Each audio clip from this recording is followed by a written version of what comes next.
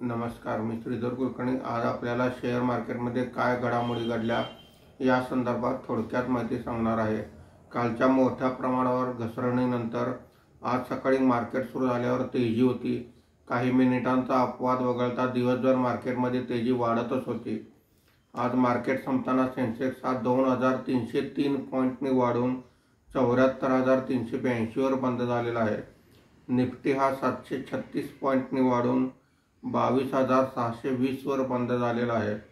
आजच्या कामकाजामध्ये BSE auto index 4.50%, bank index 4.36%, IT index 2.49% वर आहेत। BSE mid cap index 4.41%, small cap index 2.93% वर आहेत। आज जवळजवळ सर्वच इंडेक्समध्ये तेजी दिसून आलेली आहे। त्यामुळे आज निफ्टीमध्ये कोणतेही घसरलेले शेअर संदर्भात माहिती उपलब्ध नाही। आज निफ्टीमध्ये काही वाढलेले मुख्य शेअर्स पुढील प्रमाणे आहेत। Adani Port 8.46%, IndusInd Bank 7.87%, Hindalco 7.12%, Hero MotoCorp 6.55% अशी वाढ आहे।